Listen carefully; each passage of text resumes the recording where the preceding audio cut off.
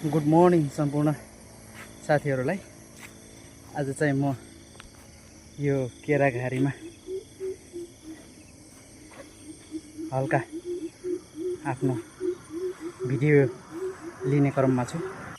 तपाईहरुले केही समय अगाडि केराघारी देख्नुभएको थियो भने फेरि म तपाईहरुलाई लगत्तै मकै ल हेर्नुस्। यो सिजनमा पनि मकैको खेती मजाले भइरहेको छ यो ठाउँमा र ठाउँ एकदम मनमोहक पनि रहेको छ। हेर्नुस् है साथीहरु, यहाँ देख्न सक्नुहुन्छ यहाँनिर मकै पूर्ण रूपमा पाकिसकेको अवस्था छ। ल यो ठाउँमा फेरि तपाईहरुको नयाँ बिरुवा, मकैको नयाँ बिरुवा लगाइएको छ।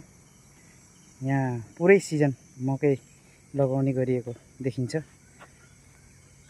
तपाईहरुले यो भिडियोलाई हेरेर आफ्नो प्रतिक्रिया र सल्लाह सुझाव दिनु होला। हस्त, धन्यवाद।